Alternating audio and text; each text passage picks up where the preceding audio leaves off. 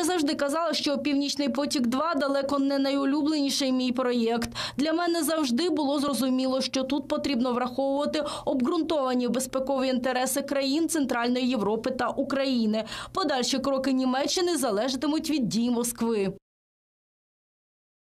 Игорь Рейдман, российский политолог, социолог, с нами сейчас на прямой связи. Игорь, здравствуйте. Здравствуйте.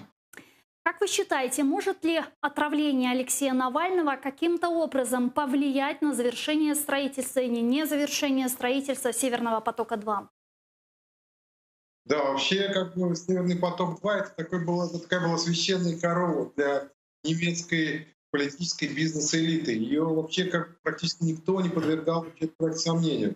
То есть сейчас произошел определенный сдвиг, что эту тему стали хотя бы обсуждать. И, как мы видим, голоса разные, в том числе и критические.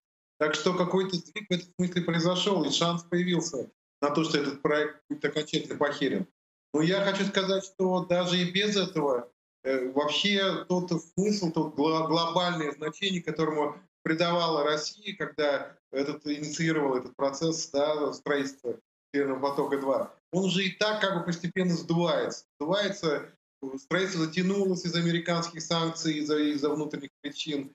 К этому потоку применяют различные европейские, немецкие законодательные ограничения, которые не позволяют ему стать вот таким как бы мощным прямым потоком газа, да, помимо